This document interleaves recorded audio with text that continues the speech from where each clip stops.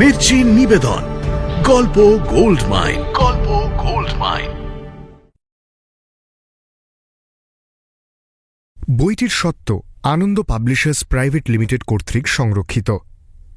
মদ্যপান, ধূমপান ও মাদক সেবন স্বাস্থ্যের পক্ষে ক্ষতিকর। এই শয়তানটাই যত নষ্টের গোড়া।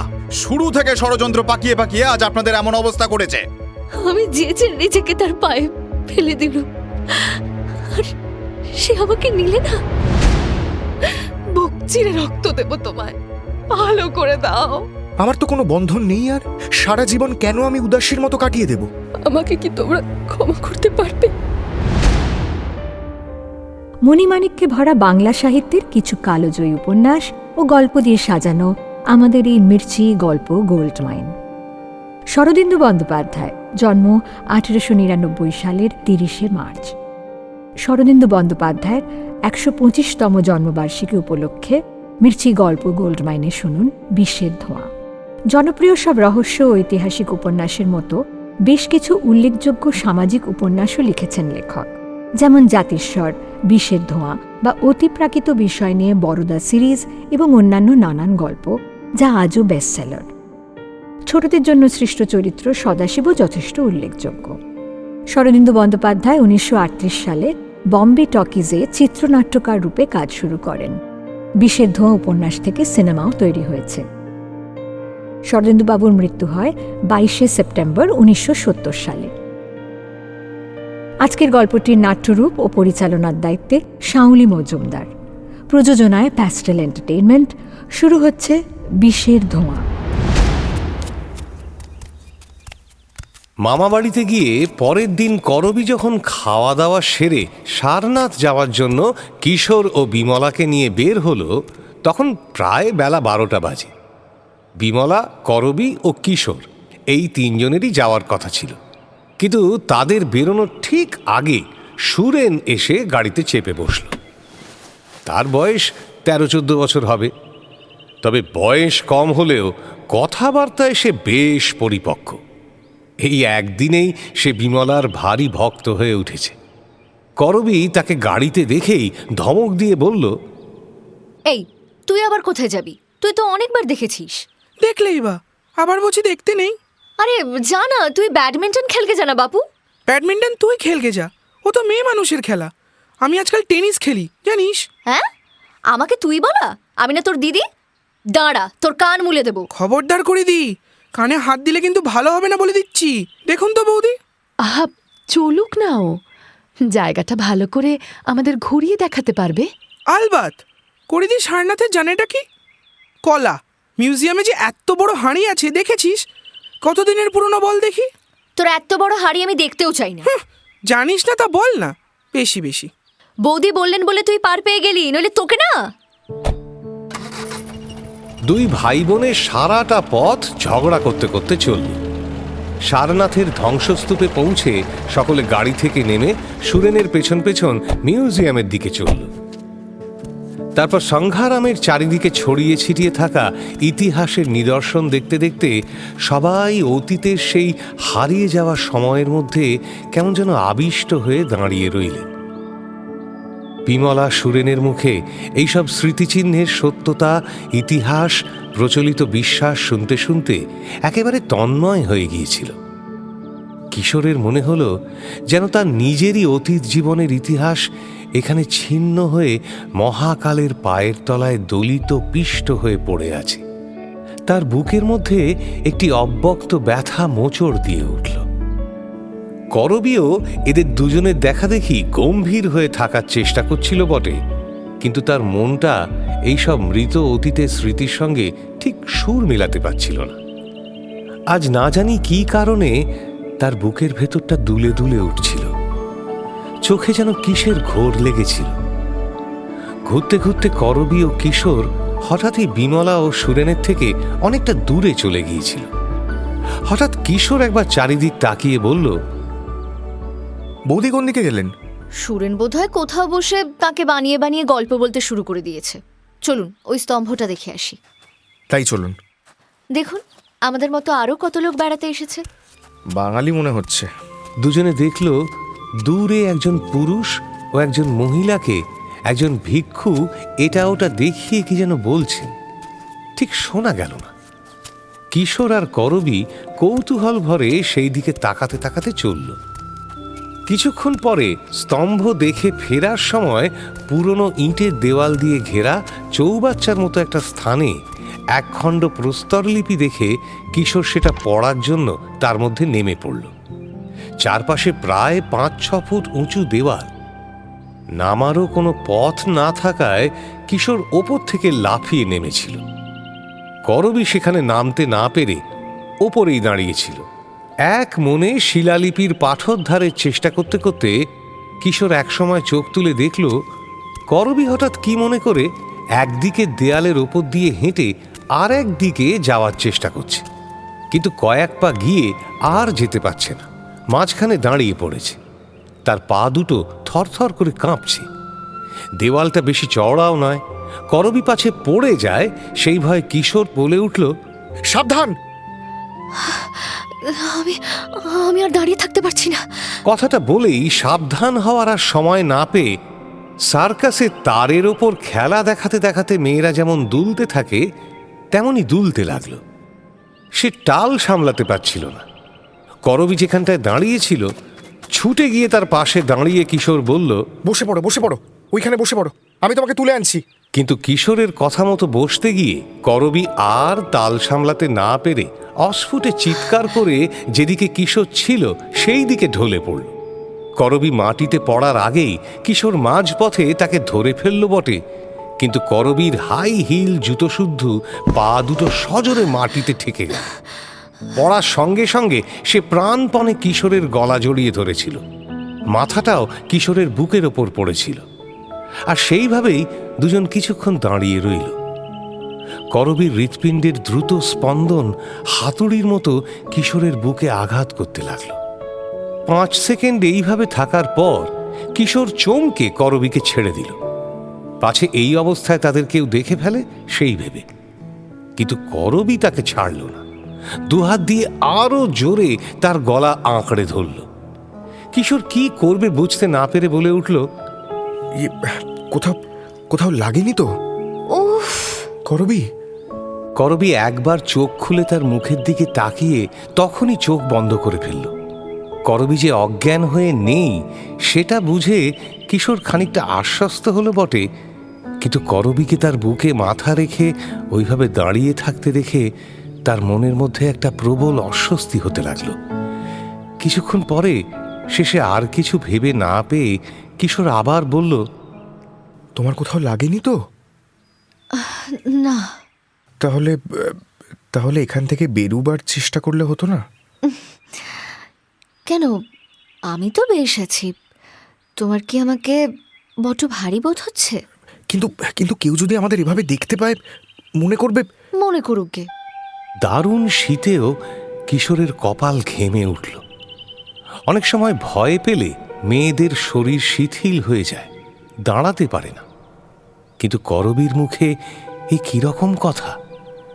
কিশোর পাথরের মতো শক্ত হয়ে দাঁড়িয়ে রইল। তার আর ভুল ভাবার কোনো সম্ভাবনাই রইল না।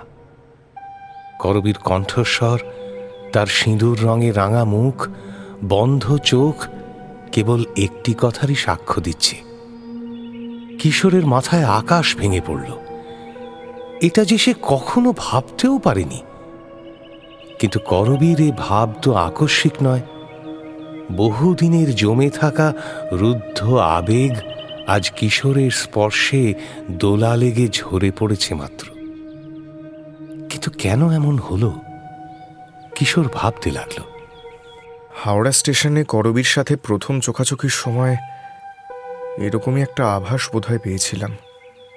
ইস, কেন তখন আমি সাবধান হইনি? কেন করবীর সাথে খারাপ ব্যবহার করে অন্য গাড়িতে গিয়ে উঠিনি? এখনই অপরিসীম লজ্জার বোঝা নিয়ে আমি কি করব? করবীর এ অনাহুত ভালোবাসা কেমন করে প্রত্যাখ্যান করব আমি? কিন্তু করবী যদি সত্যি আমাকে ভালোবাসে তবে কেন আমি তাকে প্রত্যাখ্যান করব? করবীকে ভালোবাসবো নাই বা কেন? আমি তো মুক্ত, আমার তো কোনো বন্ধন নেই। আর সারা জীবন কেন আমি উদাসীর মতো কাটিয়ে দেব? করবীকে বিয়ে করে আমি কি সুখী হতে পারি না? কেন কেন আমি ভেতর থেকে কোনো সায় পাচ্ছি না? কেন কেন? অন্তর্যামীর কাছে ছলনা চলে না।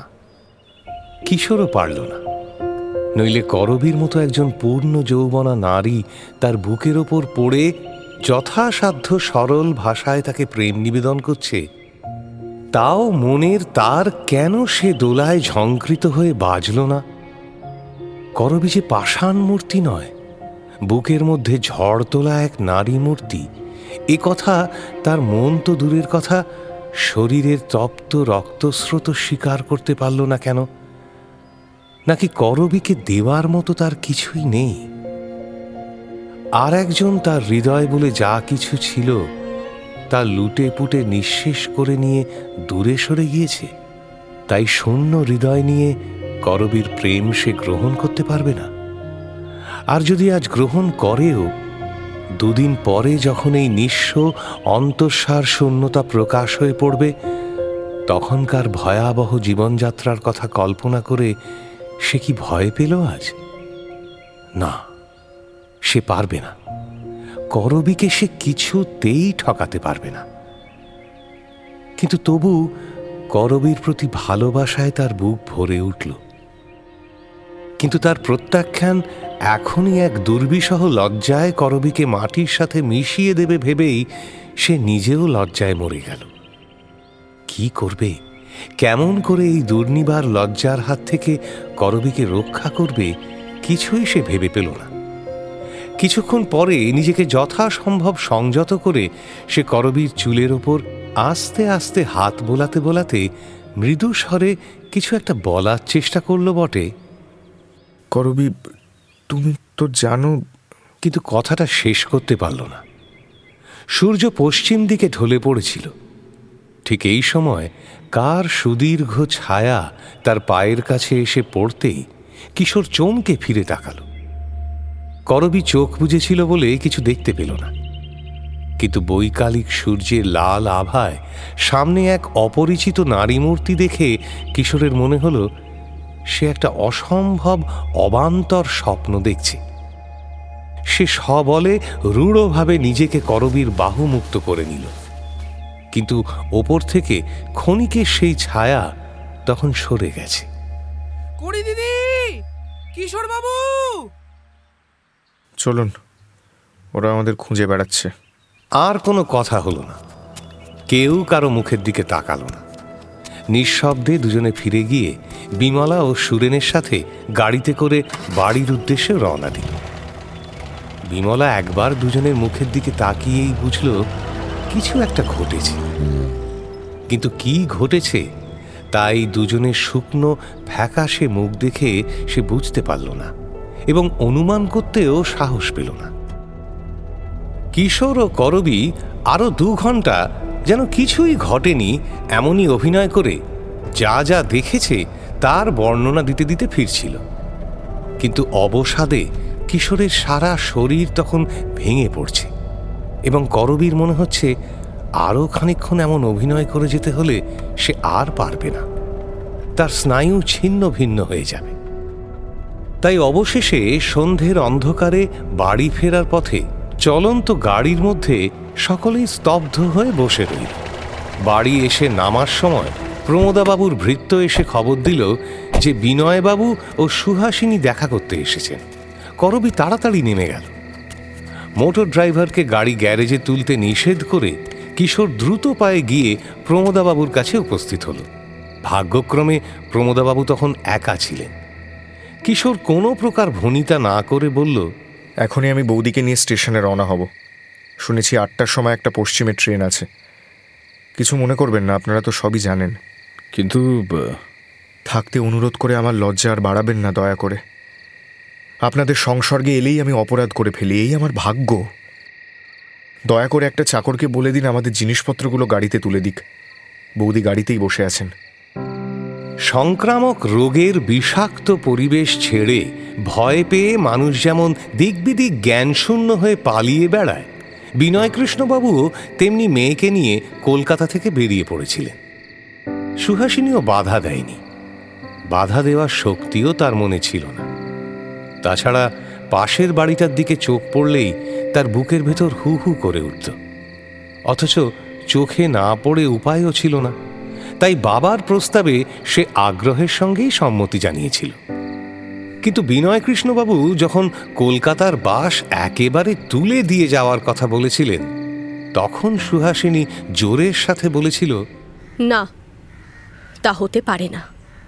বাড়ি ছাড়া হবে না। কারো অত্যাচারের দেশত্যাগী হয়েছি, এ অপমানের গ্লানি এত বড় দুঃখের পরও আমি কিছুতেই সহ্য করতে পারবো না। বেশ তো, তাহলে বরং এক কাজ করি, বাড়িওয়ালাকে 6 মাসের অগ্রিম ভাড়া দিয়ে কালই বরং বাপ পেটিতে মিলে পেরিয়ে পড়ি। বেশ, তবে তাই করো। মধুপুর ও দেওঘরে কিছুদিন কাটিয়ে সেখানকার জল হাওয়ায় সুহাসিনীর শরীর আরও দুর্বল হয়ে পড়ছে দেখে ভয় পেয়ে বিনয়কৃষ্ণবাবু মেয়েকে নিয়ে বিহারের দিকে এলেন। তাঁর নিজের শরীরও ক্রমশ অন্তঃসার শূন্য হয়ে পড়ছিল। সংসারের ভাবনা ভাবা যার কখনো অভ্যেস ছিল না, বৃদ্ধ বয়সে এই দুশ্চিন্তা, উৎকণ্ঠা ও দুঃখের গুরুভার তাঁর দেহ মনকে যেন জাঁতায় পিষে গুঁড়ো করে দিতে লাগল। তাঁর পুরনো হাঁপানির রোগ বারবার দেখা দিতে আরম্ভ করল।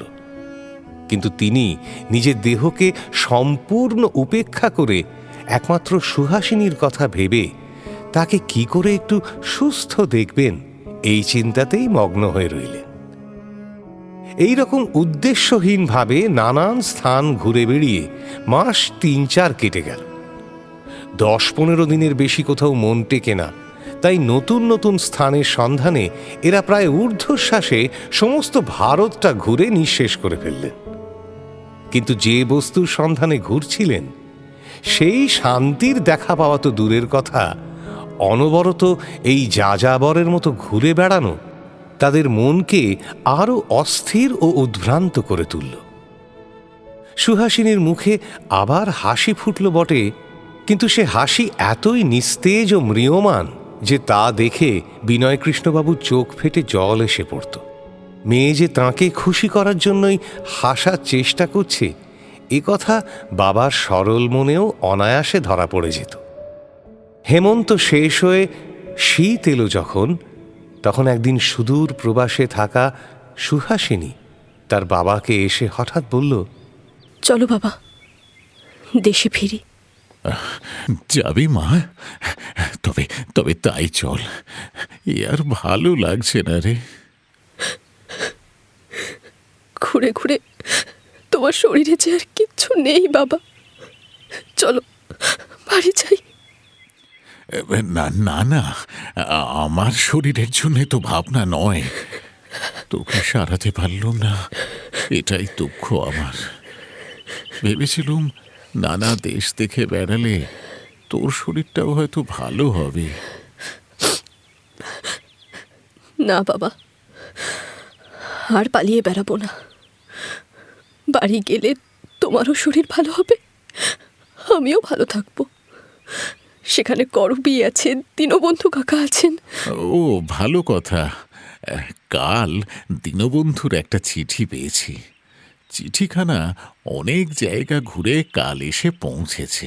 কি লিখেছেন কাকাবাবু? লিখেছে বড়দিনের ছুটিতে সে কাশী আসবে, আমরাও যদি যাই তাহলে দেখা হতে পারে। তবে তাই চলো বাবা, কাশী হয়ে বাড়ি যাওয়া যাক। আজ তো ডিসেম্বর মাসের 23 হয়ে গেল। সেই দিন যাত্রা করে দুজনে যথাসময়ে কাশী পৌঁছলেন। কাশীতে পরিচিত লোকের অভাব ছিল না। একজন বন্ধুর বাড়িতে গিয়ে উঠলেন।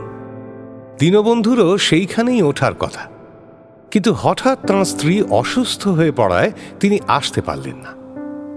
বন্ধুর উপরোধে বিনয়কৃষ্ণবাবুকে 2-3 দিন কাশীতে থেকে যেতে হলো। কাশী ছাড়ার আগের দিন দুপুরবেলা তিনি সুহাসিনীকে নিয়ে সারনাথ দেখতে গেলেন। সেখানে যা ঘটল তার নতুন করে বলার প্রয়োজন নেই। কিশোর ও করবীকে ওই অবস্থায় দেখার পর সুহাসিনী যখন টলতে টলতে বিনয়কৃষ্ণবাবুর কাছে ফিরে গিয়ে দাঁড়ালো, তখন তার মুখ দেখে তিনি ভয় পেয়ে গেলেন। কিন্তু কোনো কথা উত্থাপন করার আগেই সুহাসিনী ক্লিষ্ট স্বরে বলল, বাবা, শরীরটা খুব খারাপ লাগছে, ফিরে চলো। হ্যাঁ হ্যাঁ হ্যাঁ মা, চল চল চল, তাহলে তো এক্ষুনি ফিরতে হয়। চল চল চল। হ্যাঁ হ্যাঁ রে, তোর কি খুব খারাপ লাগছে শরীরটা? ইস, কেন যে তোকে এখানে ধরে আনলাম, আমারই ভুল। কি করি এখন, কেন যে বুঝতে পারলাম না। ছি ছি ছি ছি, মিছি তোকে এতটা কষ্ট দিলাম। সমস্ত পথটা বিনয়কৃষ্ণবাবু উদ্বিগ্নভাবে প্রশ্ন করতে করতে ও দুর্বল সুহাসিনীকে এইখানে টেনে আনার জন্য পরিতাপ করতে করতে গেলেন। সুহাসিনী কিন্তু কাঠের মতো শক্ত হয়ে বসে রইল। বাবা সব কথা তার কানেও গেল না। সে ভেবে অবাক হয়ে গেল যে আজ এইখানে কলকাতা থেকে এত দূরে কিশোর ও করবীর সঙ্গে তার যে এমনভাবে দেখা হবে, সে কি তা ভাবতে পেরেছিল? সুহাসিনী তাদের দুজনকে যেভাবে দাঁড়িয়ে থাকতে দেখেছিল, তার যে একটিই মাত্র অর্থ হয়, এ ব্যাপারে সে একেবারে নিশ্চিত হয়ে গেল। কিন্তু তার মনে হলো, লোকের সামনে এরকম প্রকাশ্য জায়গায় এমন কদর্য নির্লজ্জতা কিশোরের পক্ষে স্বাভাবিক হলেও করবী তাতে যোগ দিল কি করে? বিলিতি স্কুলে পড়ার ফলে সে একটু চটুল স্বভাব ও ফাজিল হতে পারে, কিন্তু সে তো মন্দ নয়। ঘৃণায় সুহাসিনীর শরীর কুঁকড়ে গেল। তার এও মনে হলো, তবে কি করবীর সরল প্রকৃতির সুযোগ নিয়েই লম্পট কিশোর তার সর্বনাশ করার চেষ্টা করছে? দু হাতে করবী যেভাবে কিশোরকে জড়িয়েছিল, তাতে করবীর যে বিপুল নির্ভরশীলতা, আত্মসমর্পণের ছবি নিজের চোখে সে দেখেছিল, সেটা মনে পড়তেই ভয়ে সুহাসিনী শিউরে উঠল। এইসব কথা ভাবতে ভাবতেই সুহাসিনী বাসায় গিয়ে পৌঁছল এবং একেবারে নিজের ঘরে গিয়ে দরজা বন্ধ করে শুয়ে পড়ল।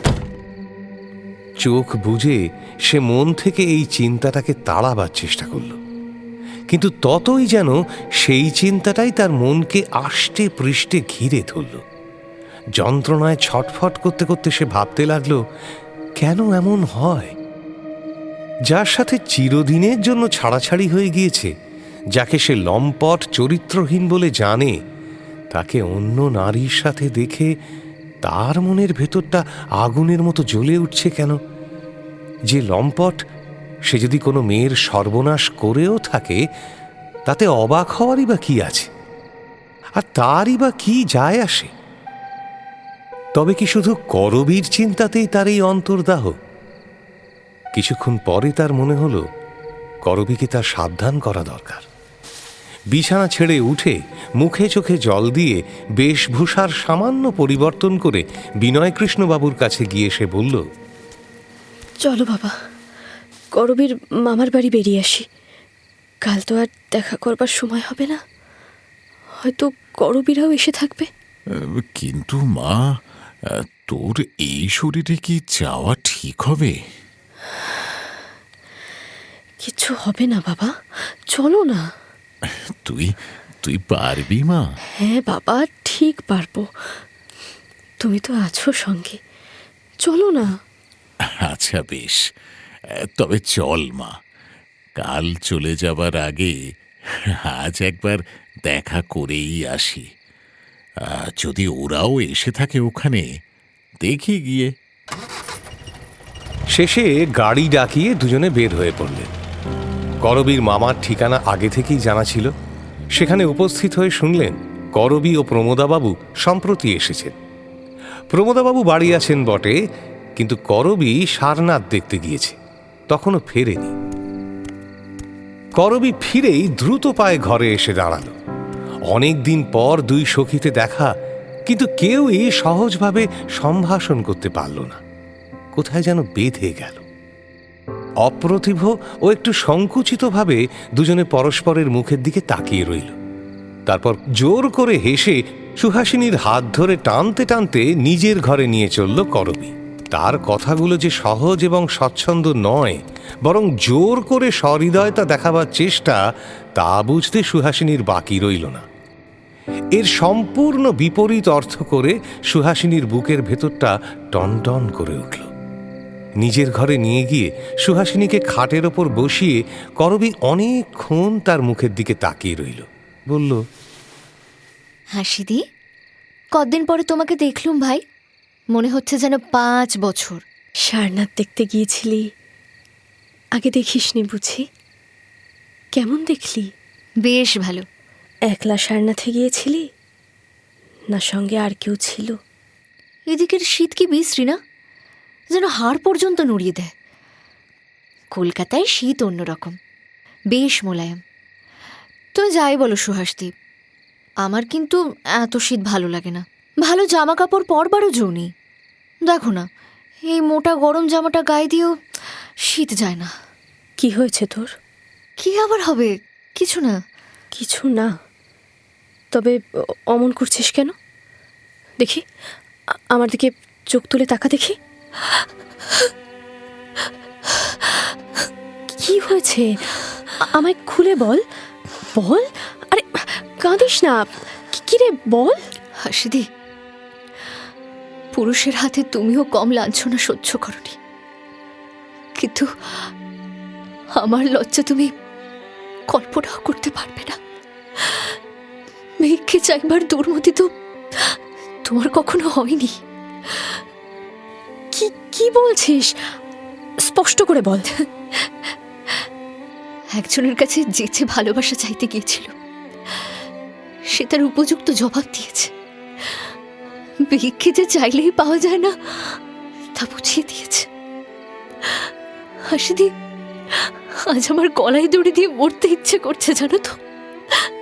কেন আমার এই দুর্বুদ্ধি হলো বলো তো? আমি যেচে নিজেকে তার পায়ে ফেলে দিল, আর সে আমাকে নিলে না। আমার দিকে ভালো করে চেয়ে দেখো তো হাসিদি, সত্যি কি আমি ফেলে দেওয়ার মতো? কিছুই কি আমার নেই? কে? বল করবি, কে সে যে তোকে নিল না? না, মরে গেলেও তার নাম আমি বলতে পারবো না। তুমি কখনো জানতে চেও না হাসিদি। আমার উপর যদি তোমার এতটুকু দয়া থাকে, এই লজ্জা থেকে আমাকে রেহাই দাও তুমি। করিদি, কিশোরবাবু চলে গেলেন, বৌদিদিও চলে গেলেন। এখান থেকে সটান আগ্রা যাবেন। কিশোরবাবু বললেন, ও ও দাঁড়াও দাঁড়াও দাঁড়াও, আমি একটু পরে আসছি। কথাটা শেষ না করেই সুরেন যেমন হঠাৎ করে এসেছিল তেমনি হঠাৎ করে আবার চলে গেল। মুহূর্তের মধ্যে সুহাসিনীর সঙ্গে করবীর চোখাচোখি হতেই করবী বিছানার উপর শুয়ে পড়ে বালিশের মধ্যে মুখ গুঁজে অসহ্য কান্নার বেগ দমন করার ব্যর্থ চেষ্টা করতে লাগল। সুহাসিনী মাটির মূর্তির মতো স্থির হয়ে বসে রইল। আর একদিনের কথা তার মনে পড়ল, যেদিন কলকাতায় ড্রয়িং রুমে জ্ঞান ফেরার পর সে দেখেছিল করবী তার মাথা কোলে নিয়ে বসে আছে। অবস্থার আজ সম্পূর্ণ পরিবর্তন হয়েছে, কিন্তু সুহাসিনী সেদিনকার ঋণ শোধ করতে পারল না। তার মুখ থেকে সান্ত্বনা বা সহানুভূতির বাণী যে বিদ্রূপের চাবুকের মতো করবীর গায়ে লাগবে তা বুঝে সে ফ্যাকাশে মুখ করে চুপ করে বসে রইল। কেবল তার দুচোখ বেয়ে অবিরাম জলের ধারা বয়ে যেতে লাগল। ওদিকে কিশোরকে যুদ্ধে পরাস্ত করে রাজ্য দখল করতে গিয়ে অনুপম দেখল দখল করার মতো কিছুই নেই। যা ছিল যুদ্ধের আগুনে জ্বলে পুড়ে নিঃশেষ হয়ে গিয়েছে। অনুপম ভেবেছিল ধাক্কা খেয়ে সুহাসিনীর মন তার দিকেই ফিরে আসবে, কিন্তু তা না হয়ে যখন ঠিক উল্টোটাই ঘটল, যখন তার প্রতি সুহাসিনীর মন বিতৃষ্ণায় ভরে গেল, তখন ব্যর্থ ও রাগে অন্ধ হয়ে অনুপমও তাকে যে কোনো প্রকারে পাওয়ার জন্য মনে মনে জেদ ধরে বসল। এদিকে অনুপমের জননী হেমাঙ্গিনী কিন্তু উল্টো সুর ধরলেন।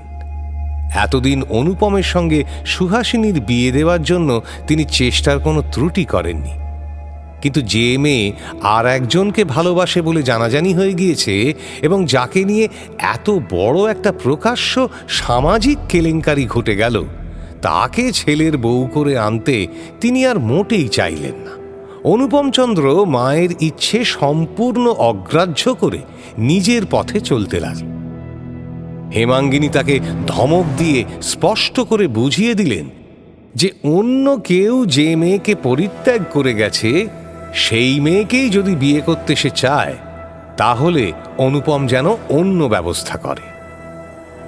অনুপম তার মাকে অত্যন্ত ভয় করত, তাই ভেতরে গর্জন করতে থাকলেও মুখে কোনো কথা না বলে মাতার অনুশাসন এক প্রকার স্বীকার করেই নিল। তারপর বিনয়কৃষ্ণবাবু মেয়েকে নিয়ে কলকাতা ছেড়ে গেলেন। কিছুকাল আর তাঁদের কোনো খোঁজই পাওয়া গেল না। 4 মাস পরে হঠাৎ একদিন অনুপম তাদের ফিরে আসার খবর পেয়ে তাঁদের সঙ্গে দেখা করতে ছুটল। অনুপম ড্রয়িং রুমে প্রবেশ করে দেখল দীনবন্ধুবাবুও রয়েছেন।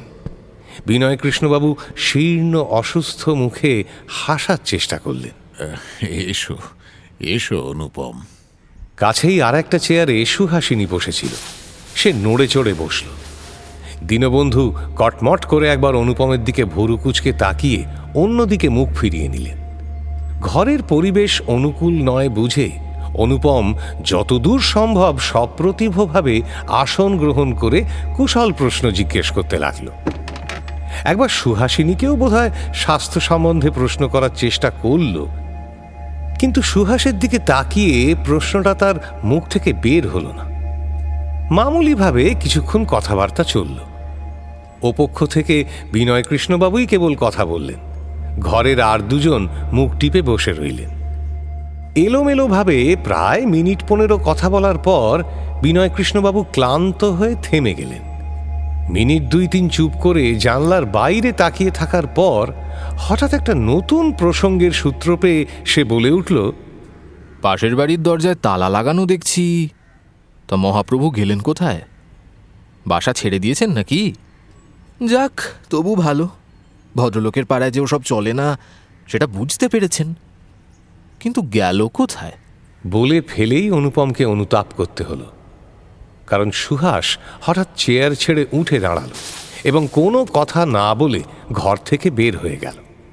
এই প্রসঙ্গে কথা বলা যে ঘোরতর নির্বুদ্ধিতার কাজ হয়েছে তা বুঝতে পেরেই অনুপমের মুখটা কালো হয়ে গেল। কিন্তু দমবার পাত্র সে নয়। সুহাস চলে যাওয়ার পর কিছুক্ষণ হিংসাপূর্ণ দৃষ্টিতে সেই দিকে তাকিয়ে থেকে সে দীনবন্ধুবাবুর দিকে ফিরে তীক্ষ্ণ কণ্ঠে বলল, তা দীনবন্ধুবাবু, আপনার সঙ্গে তো ভারী প্রণয় ছিল, রাত নেই দিন নেই যাতায়াত করতেন, তা আপনি জানেন নাকি বৌদিটিকে নিয়ে গেল কোথায়? বস্তি টস্তিতে গিয়ে উঠেছে নাকি? চুপ করো বেয়াদব লজ্জার কথাকার, জুতে মুখ ছেড়ে দেবো তোমার। বেরো বেরো তুমি এখন এই বাড়ি থেকে, নইলে দারোয়ান ডেকে ঘাড় ধরে বার করে দেবো। কি? আপনি আমাকে বেরিয়ে যেতে বললেন? আপনি কে? হু আর ইউ? এ বাড়ি আপনার নয় বিনয়বাবুর, সে কথা মনে রাখবেন। এ বাড়ি আমার, এখানে আমি যা বলবো তাই হবে। তুমি এই মুহূর্তে এখান থেকে বেরো চোকরা। ফের যদি কখনো মাথা গলাবার চেষ্টা করেছো তাহলে তোমাকে চাপকে লাল করে দেব। যাও। দীনবন্ধু, দীনবন্ধু। আপনি চুপ করুন। এই শয়তানটাই যত নষ্টের গোড়া। শুরু থেকে ষড়যন্ত্র পাকিয়ে পাকিয়ে আজ আপনাদের এমন অবস্থা করেছে। আপনার যদি এতটুকু মনের জোর থাকতো অনেক আগেই এটাকে দূর করে দিতেন, কিন্তু তা যখন আপনি করতে পারবেন না তখন আমাকেই এই কাজ করতে হবে। যাও, বিদায় হও এখন। কাজটা কিন্তু আপনি যাবে কি যাবে না? ভালো কথার লোক তো তুমি নও দেখছি। এই দারোয়ান, দারোয়ান, ইধর আও। আচ্ছা, এই অপমান আমি ভুলবো না, আমিও দেখে নেব। আজ আমার প্রাণটা ঠান্ডা হলো। সেই দিন থেকে আমি ওর ওপর রাগ পুষে রেখেছিলাম, যেদিন ও কতগুলো মিথ্যে কথা বলে সুহাস মার মন ভেঙে দিয়েছিল। মিথ্যে কথা দীনবন্ধু? তুমি তুমি বলতে চাও মিথ্যে কথা? হ্যাঁ হ্যাঁ, মিথ্যে কথা। ওর এক বর্ণ সত্যি নয়। আর মিথ্যে কথা বলে এতখানি অনিষ্ট বোধ হয় আজ পর্যন্ত কেউ করেনি। কিন্তু তার বাপের চিঠি? বাপের ছেড়ে 53 পুরুষের চিঠিও যদি থাকতো তবুও ও কথা মিথ্যে হতো। কিন্তু সে ভেবে আর কি হবে বলুন? এখন তো আর কোনো উপায় নেই। দেখো দীনবন্ধু, আমি বোধহয় আর বেশি দিন বাঁচব না। আমার দিন যে ফুরিয়ে এসেছে ভেতরে ভেতরে বেশ বুঝতে পারছি। এসব আপনি কি যাতা বলছেন? শরীরটা একটু খারাপ যাচ্ছে, তারপর মানসিক কষ্টেরও অভাব নেই, তাই যত সব আজে বাজে কথা আপনার মনে আসছে। ওসব চিন্তা মন থেকে ঝেড়ে ফেলুন। এখনো দীর্ঘ জীবন আমাদের সামনে পড়ে রয়েছে। আমার তো ওসব ভাবনা এখন আর মনেও আসে না। আর আপনি আমার চেয়ে কতই বা বড় হবেন, বড় জোর 2-3 বছরের। এরই মধ্যে ওসব দুশ্চিন্তা কেন? না না, আমি এসব নিয়ে ভাবি না। শুধু ভয় হয় মেয়েটার কোনো বিধি ব্যবস্থা না করেই যদি মরে যাই। তুমি তুমি দেখো দীনবন্ধু, তুমি জানো তো তুমি ছাড়া আমার নিজের বলতে কেউ নেই। শুধু রেলে ঘুরে ঘুরে শরীরটা কাহিল হয়ে পড়ছে বই তো নয়, 2 দিন পর দেখবেন আবার সব ঠিক হয়ে গেছে। তাই হবে বোধহয়। আর সত্যি তো ঘুরে বেড়ানো তো কম হয়নি, তার উপর আবার সুহাসের জন্য মনটা সবসময়। মৃত্যুর কথা ভাবলেই মৃত্যুকে কাছে ডেকে আনা হয়। ওসব কথা থাক, আজ সন্ধে হয়ে গেছে, আজ আর দরকার নেই। কাল থেকে কিন্তু আমাদের সেই পুরনো ইভিনিং ওয়াক আরম্ভ করতে হবে। এখন বরঞ্চ আপনি কিছুক্ষণ বিছানায় শুয়ে বিশ্রাম করে নিন গিয়ে। হ্যাঁ, তাই চাই। কিন্তু তুমি একা এখানে বসে? না না, একা কোথায়, এক্ষুনি সুহাস মা আপনাকে ওপরে শুইয়ে দিয়ে আবার আসবে খন। এই যে বাবা, এসে গেছি। চলো ওপরে চলো, একটু বিশ্রাম করে নাও। সুহাসিনী বিনয়কৃষ্ণবাবুকে দোতলায় শোবার ঘরে নিয়ে গেল। দীনবন্ধু আরও কিছুক্ষণ চিন্তিতভাবে অন্ধকার ঘরের মধ্যে বসে রইলেন। তারপর লাঠিটা তুলে নিয়ে উঠতে যাবেন, এমন সময় দরজায় সুহাস এসে দাঁড়ালো। কাকাবাবু। কে? সুহাস? কি মা? কাকাবাবু, আপনার কি মনে হয় আমি ভুল করেছি? মানে? ও তা হ্যাঁ মা, ভুল তো করেছই, বড় ভুল করেছো। কিন্তু ওর মধ্যে আর কিন্তু নেই সুহাস। ভালোবাসা আর বিশ্বাস এ দুটো জিনিস আলাদা করা যায় না। তুমি আলাদা করবার চেষ্টা করেছিলে, তাই তো আজ এত কষ্ট পাচ্ছ। ভেবে দেখো তো মা, ওর বিরুদ্ধে তুমি যে প্রমাণ পেয়েছিলে আমিও তো তাই পেয়েছিলুম, কিন্তু আমি তো সে কথা বিশ্বাস করতে পারলুম না। কেন? কারণ আমি জানি কিশোর কখনো ওই কাজ করতে পারে না, তাই হাজার প্রমাণেও আমাকে টলাতে পারেনি। মা, তুমি ছেলে মানুষ, কিন্তু আমার 50 বছর বয়স হয়েছে, জীবনে অভিজ্ঞতাও কম সঞ্চয় করিনি। আমি জানি মানুষের চেয়েও তার বিরুদ্ধে প্রমাণকে যারা বিশ্বাস করে শেষ পর্যন্ত তাদেরই ঠকতে হয়। কিন্তু কাকা। থাক সুহাস, আর নয়। বিশ্বাস কাউকে জোর করে করানো যায় না, আমিও সে চেষ্টা করব না। আমি শুধু নিজের বিশ্বাসের কথাই তোমাকে বললাম। কিশোরকে আমি ভালোবাসি, তাই আমি তাকে বিশ্বাস করি। আর ওই মেয়েটি বিমলা, ওকেও আমি ভালোবাসতে শিখেছি। আমি জানি ওদের মধ্যে ভাই বোনের মতো পবিত্র সম্বন্ধ রয়েছে। সে যে যাই বলুক, ওদের নিয়ে কোনো কুৎসাই আমি কোনো দিন বিশ্বাস করতে পারবো না।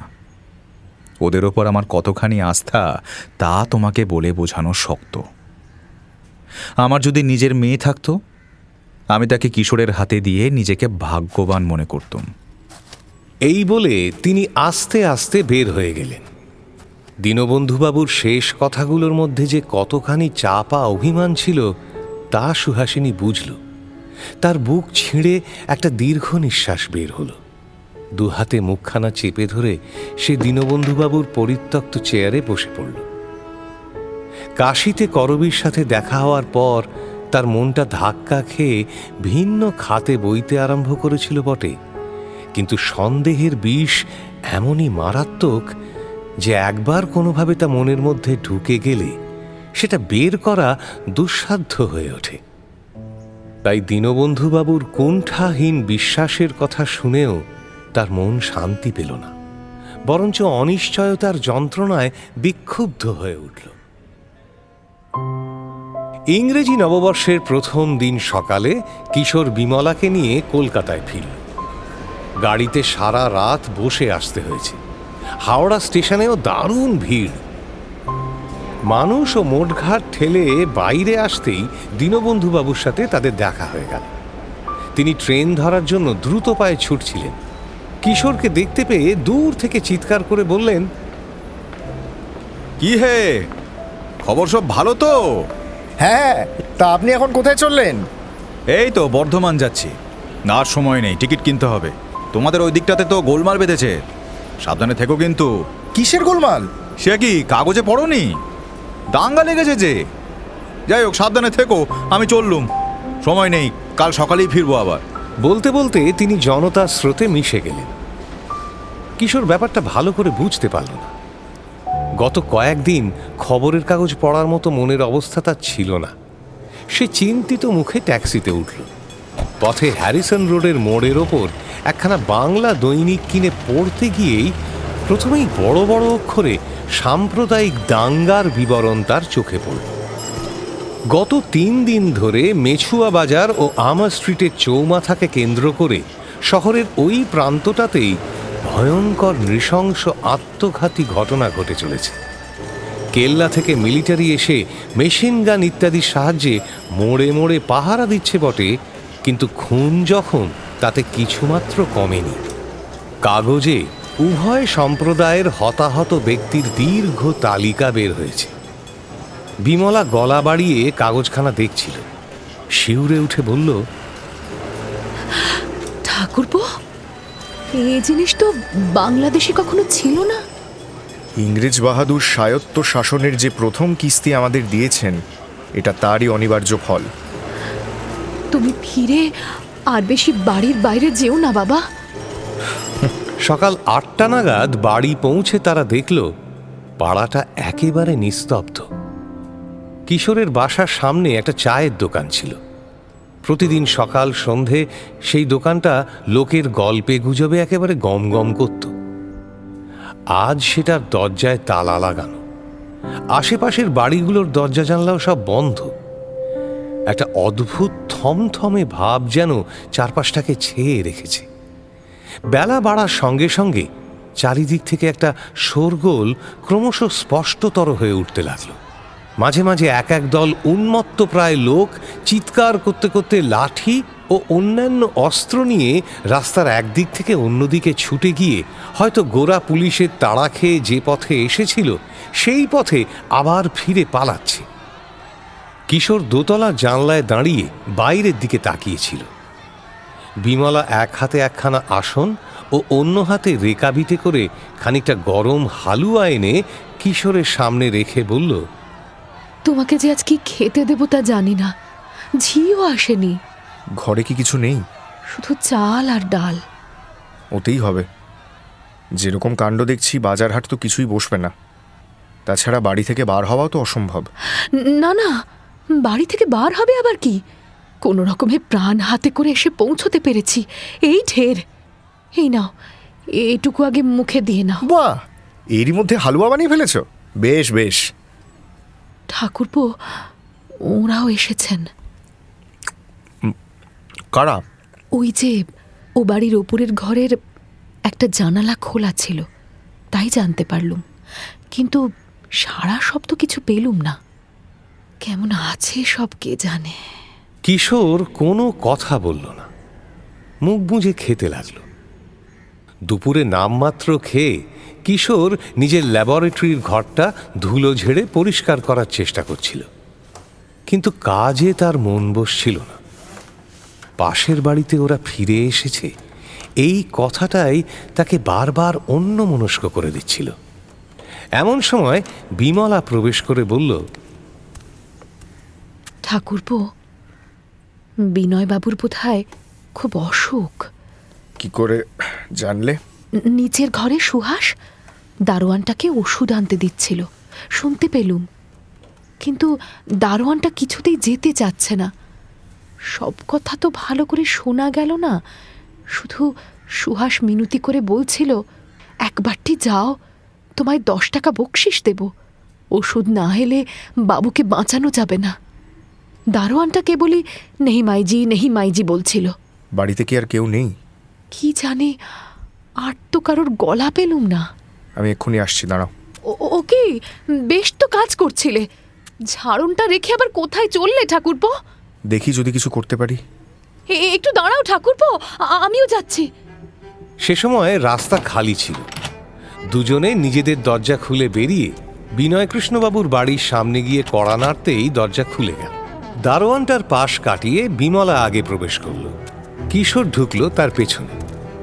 সুহাসিনী তখন মুখ কালো করে কি করবে বুঝতে না পেরে নির্জীবের মতো ঘরের মধ্যে একা দাঁড়িয়ে কি ভাবছিল। দুজনকে প্রবেশ করতে দেখে যেন ভূত দেখার মতো চমকে উঠল। বিমলা দ্রুত পায়ে তার দিকেই এগিয়ে গিয়ে জিজ্ঞেস করল, কি হয়েছে সুহাস? বাবার অসুখ করেছে? কোথায় আছেন তিনি? ওপরে? কিন্তু না, কি হয়েছে আগে আমাদের ভালো করে সবটা বলো।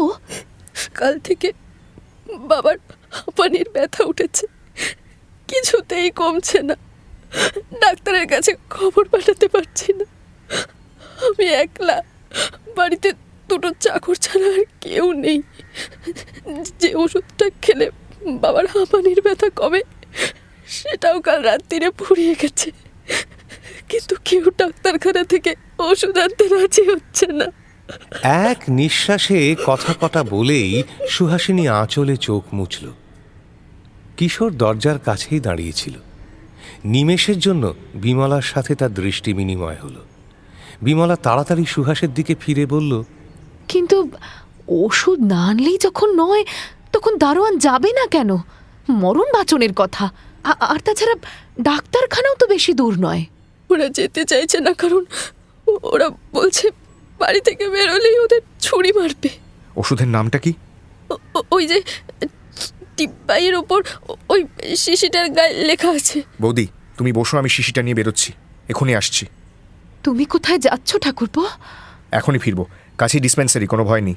কিশোর বেরিয়ে যেতেই জলে ডুবে যাওয়া মানুষের মতো সজোরে বিমলার একটা হাত চেপে ধরল সুহাসিনী। অসীম উৎকণ্ঠায় দুজনে চুপ করে কিছুক্ষণ সেদিকে তাকিয়ে বসে রইল। প্রায় 15 মিনিট কেটে গেল। সুহাসিনী আস্তে আস্তে জিজ্ঞেস করল,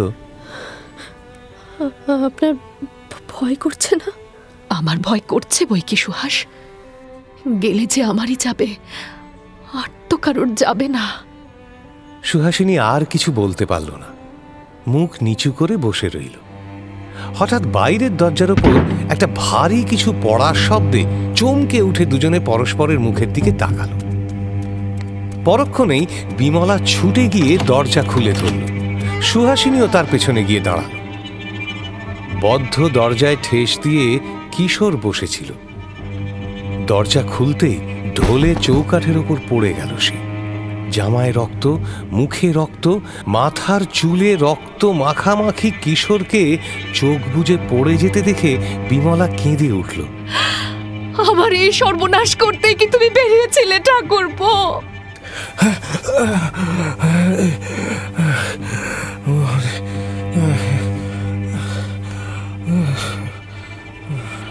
ওষুধ ওষুধ এনেছি, ওষুধ।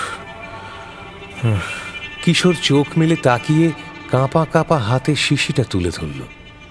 দুজনে মিলে এরপর বহু কষ্টে কিশোরের অবসন্ন দেহটা টেনে এনে একটা চেয়ারে বসিয়ে দিল। জামা খুলে মাথা মুখ ধুইয়ে দেওয়ার পর দেখা গেল মাথায় চোট লেগেছে।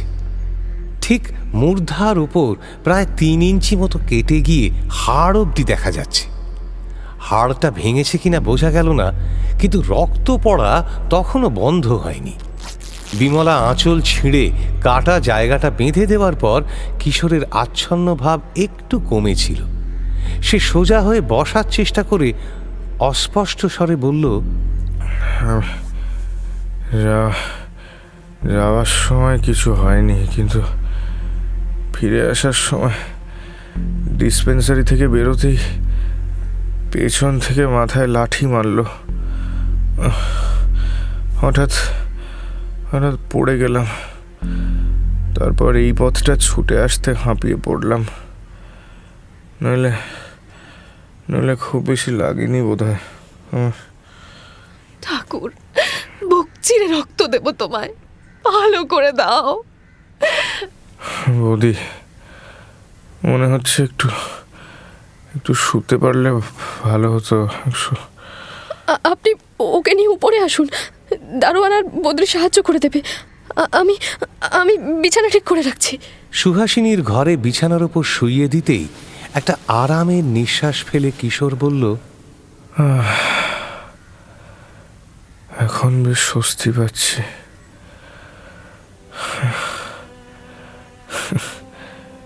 আপনাদের অনেক কষ্ট দিলাম বোধহয়। শিয়রের দিকে খাটের বাজু দু হাতে শক্ত করে ধরে দাঁড়িয়ে থাকা সুহাসিনীকে লক্ষ্য করে কথাগুলো বলল কিশোর। সুহাসিনীর চোখ দিয়ে অঝোর ধারায় অশ্রু নেমে বুকের কাপড় ভিজিয়ে দিতে লাগল, কিন্তু কিশোর তা দেখতে পেল না। বিমলা নিজের আঁচল দিয়ে কিশোরের কপাল ও ঘাড় থেকে রক্তের দাগ মুছে দিচ্ছিল। বৌদি, বৌদি, ভাই, কি বলছো ঠাকুরপো? মাথার হাড়টা বোধহয় ফ্র্যাকচার হয়নি। ঠাকুর করুন, তাই যেন হয়। বিনয় কৃষ্ণ বাবুকে ওষুধ দেওয়া হয়েছে? হ্যাঁ, কেমন আছেন তিনি? ভালো আছেন, এখন ঘুমুচ্ছেন। বিমলার মনে পড়ে গেল আর একদিন স্বামীর মাথা কোলে নিয়ে সে এমনই ভাবে মৃত্যুর সাথে যুদ্ধ করেছিল। সেদিন তিনিও এমনি ধীরে ধীরে ঘুমিয়ে পড়েছিলেন। নিজের অজান্তেই অস্ফুটে বিমলা বলে উঠল, ভগবান, সেই পরীক্ষা কি আবার নতুন করে দিতে হবে? একটা ডাক্তারও কি পাওয়া যায় না সুহাস? ডাক্তারের দরকার নেই বৌদি। বেশি রক্ত বার হয়েছে বলে একটু অবসন্ন লাগছে, ঘুমোলেই সেটা কেটে যাবে। ডাক্তারের চেয়ে তোমার পায়ের ধুলো একটু মাথায় দাও, ঢের বেশি কাজ হবে। সত্যি বলছো ঠাকুরপো? কোনো ভয় নেই তো? পোড়া মেয়ে মানুষ, কিছুই যে বুঝতে পারি না ভাই। কিন্তু কিন্তু তুমি ঠিক বুঝতে পারছো তো? সত্যি কোনো ভয় নেই তো গো? বুঝতে পারছি বৌদি, কোনো ভয় নেই। আচ্ছা, তবে ঘুমো। আমি তোমার কপালে বুকে একটু হাত বুলিয়ে দিচ্ছি। আমরা এই কাছেই বসে আছি। তোমরা বৌদি, তোমরা বরং বিনয় কৃষ্ণ বাবুর কাছে যাও। কিছুক্ষণ পরে কিশোরের নিঃশ্বাসের শব্দে সে ঘুমিয়ে পড়েছে বুঝতে পেরে তার বুক পর্যন্ত চাদর ঢাকা দিয়ে আস্তে আস্তে ঘরের বাইরে বারান্দায় এসে দাঁড়ালো বিমলা। শীতের বেলা তখন পড়ে আসছে। অস্তমিত সূর্যের দিকে তাকিয়ে হাত জোড় করে বিমলা বোধহয় সূর্যদেবকে তার প্রার্থনা নিবেদন করছিল। হঠাৎ মুখ নামিয়ে দেখল সুহাসিনী একেবারে তার পায়ের কাছে এসে বসে পড়েছে। বৌদি,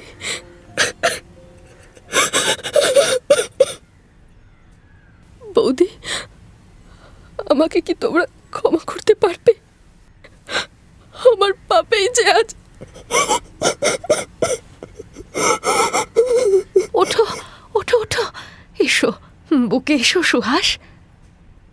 দোষ যদি তুমি কিছু করে থাকো, সে ঠাকুরপোর কাছে করেছ, অনেক করেছ। তাই বুঝি ভগবান আজ তোমাকে এই শাস্তি দিলেন। দুঃখও তুমি কম পাওনি জানি, কিন্তু ভগবানের কাছে হয়তো এখনো তোমার প্রায়শ্চিত্ত শেষ হয়নি। শুধু তোমার নয়, আমাদের সকলেরই আজ পরীক্ষার দিন। ক্ষমা তোমাকে করব কি সুহাস? শুধু প্রার্থনা করি তোমার ভালোবাসার জোরে ওকে যেন যমের মুখ থেকে ফিরিয়ে আনতে পারি। এখন যাও, লজ্জা করো না, ওর কাছে গিয়ে বসো গে। ওইখানেই তোমার স্থান। আমি তোমার বাবার কাছে গিয়ে বসছি। সুহাসকে আস্তে আস্তে ঠেলে ঘরের মধ্যে পাঠিয়ে দিল বিমলা। 1 ঘন্টা পরে বিনয়কৃষ্ণবাবুর ঘর থেকে ফিরে এসে বিমলা দেখল কিশোর তখনও তেমনি পড়ে ঘুমোচ্ছে এবং সুহাস খাটের পাশে হাঁটু গেড়ে কিশোরের একটা হাতের মধ্যে নিজের মুখখানা চেপে চুপটি করে বসে আছে। নিঃশব্দে পা টিপে টিপে বিমলা ঘর থেকে বেরিয়ে এলো। তারপর বেশ কয়েকটা বছর কেটে গিয়েছে। বিনয়কৃষ্ণবাবু মারা গিয়েছেন। সে ধাক্কা সামলে গেলেও তাঁর শরীর ভেতরে ভেতরে একেবারে জীর্ণ হয়ে পড়েছিল। সুহাসিনীর বিয়ের মাস কয়েক পরে তিনি কয়েকদিন মাত্র অসুখে ভুগে পরলোক যাত্রা করলেন। মেয়ে, জামাই, বন্ধু বান্ধবের অসীম স্নেহ ও শুশ্রূষা তাঁকে ধরে রাখতে পারল না। এই ঘটনার কিছুদিন পরে কিশোর বিমলার টাকায় কাশীপুরের দিকে নতুন বাড়ি কিনে সপরিবারে সেখানে উঠে গেল। অধ্যাপকের চাকরি ছেড়ে সে তখন বাড়িতে মস্ত বড় ল্যাবরেটরি বানিয়ে বৈজ্ঞানিক গবেষণায় দিন কাটাচ্ছে। রাত্রি 10:30 বেজে গিয়েছিল। মাথার ওপর দুটো বড় বড় আলো জ্বেলে কিশোর ল্যাবরেটরিতে এক মনে বসে কাজ করছিল। সুহাসিনী ঘরময় কিছুক্ষণ ইতস্তত ঘুরে বেড়িয়ে এটা ওটা নাড়াচাড়া করে আবার ঘরময় ঘুরে বেড়াতে লাগলো। কিশোরের দিকে তাকিয়ে সে দেখল মন দিয়ে কি যেন সে লিখছে। আর সময় নষ্ট না করে এবার বলল, আজ করবীর একখানা চিঠি এসেছে। লিখেছে যে সে বরের সঙ্গে বিলেত চলল, এখন কিছুকাল সেখানেই থাকবে।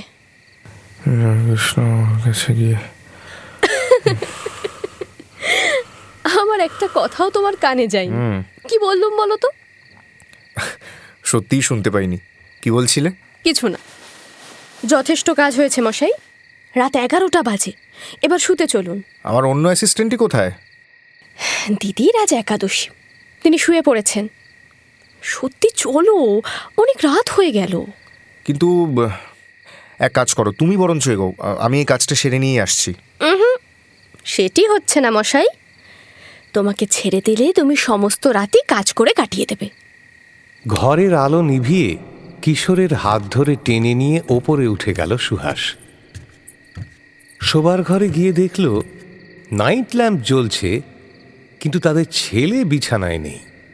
দুজনে একবার চোখাচোখি করে তেতলায় বিমলার ঘরের সামনে পা টিপে টিপে গিয়ে তারা ভেজানো দরজায় কান পাতল। তারপর বড়মা, তারপর আমরা তো ভয়ে কাঁটা হয়ে রইলুম। কিছুক্ষণ পরেই তোর বাবা এসে দরজা ঠেলে দুজনে ঘরে প্রবেশ করল। ঘরে কেবল পিলসুজের উপর তেলের প্রদীপ জ্বলছে। তক্তপোষের ওপর বিছানা পাতা, তাতে দুটি মাথা অত্যন্ত কাছাকাছি দেখা যাচ্ছে। বিদ্যুৎ, তোমার চোখে কি ঘুম নেই? ওই সুহাস এলো বড় মা, এক্ষুনি আমাকে নিয়ে যাবে। সুহাস, ও আজ আমার কাছে শোবে। শুধু শুলে তো কোনো কথা ছিল না দিদি, কিন্তু বকিয়ে বকিয়ে যে তোমায় পাগল করে দিলে। নে বিদ্যুৎ, ওঠ, কাল আবার গল্প শুনিস। বড় মা। না না, আজও আমার কাছে থাক। তুই যা সুহাস, গল্প শেষ না হলে ছেলে ঘুমোবে না। না, আজ একাদশী, কিছুতেই আমি তোমাকে বকতে দেব না। আর 11টা বাজতে চলল, ঘুমো কি ওর চোখে আসে না? বিদ্যুৎ, আয় শিগগির। বড় জ্বালাতন করিস তুই সুহাস। গল্প শেষ না হলে যাবে কি করে শুনি? তোরা শোকে জানা বাপু। তা কোন গল্প হচ্ছে শুনি? সেই যেটাতে খোকাবাবু কালো ঘোড়ায় চড়ে বাঘ শিকার করতে যাবেন, সেইটে? আরে না না, সেটা নয়, তোমার বিয়ের গল্প। হ্যাঁ, সে আবার কি? আচ্ছা বড় মা, এই বাড়িটা তুমি আমাকে দিয়ে দিয়েছো না? হ্যাঁ, তারপর শোন। আর বাবার ঘরে যে ঘড়িটা আছে টিং টিং করে বাজে, সেটাও আমার না? হ্যাঁ, সেটাও তোর। আর সুহাসের ঘরে যে গ্রামাফোন, সেটাও আমার? সেটাও তোর, সব তোর। বিদ্যুৎ নিশ্চিন্ত হয়ে শুয়ে পড়ল। লুকিয়ে চোখের জল মুছে সুহাস আস্তে আস্তে উঠে গিয়ে সিঁড়ির কাছে দাঁড়াল। খানিকক্ষণ পরে কিশোর তার পাশে এসে দাঁড়াতেই স্বামীর মুখের দিকে একবার তাকিয়ে নিজের মাথাটা তার বুকের ওপর রাখল। কিশোর দু হাতে সজোরে সুহাসিনীকে একবার বুকে চেপে ধরল। তারপর দুজনে হাত ধরাধরি করে নীরবে সিঁড়ি দিয়ে নেমে গেল।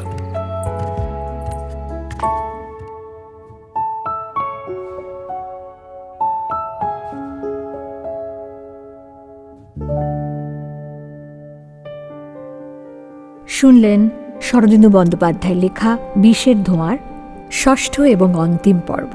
গল্প পাঠে শেখর, কিশোর অগ্নি, সুহাসিনী বর্ণিশা ভট্টাচার্য, বিমলা দেবশ্রী মুখার্জি, অনুপম সায়ন্তন ঘোষ, করবী অধ্যায় সাহা। অন্যান্য চরিত্রে সোমক রায়, আকাশ পাত্র, জৈত্রী ব্যানার্জি, সঞ্জয় দত্ত, স্নেহাত্রী শেখর দাস এবং ইন্দ্রাণী। নাট্যরূপ ও পরিচালনায় শাওলি মজুমদার, নাট্যরূপ সহায়তায় বর্ষা, ধ্বনি পরিকল্পনা ও আবহ সঙ্গীত সব্যসাচী মুখার্জি, প্রচার অলঙ্করণ সৌম্যদীপ গুঁই, প্রযোজনায় প্যাস্টেল এন্টারটেইনমেন্ট, সমগ্র পরিকল্পনায় ইন্দ্রাণী। মির্চি গল্প গোল্ড মাইন আপনার জন্য exclusively Mirchi Bangla YouTube channel এবং গানা অ্যাপে।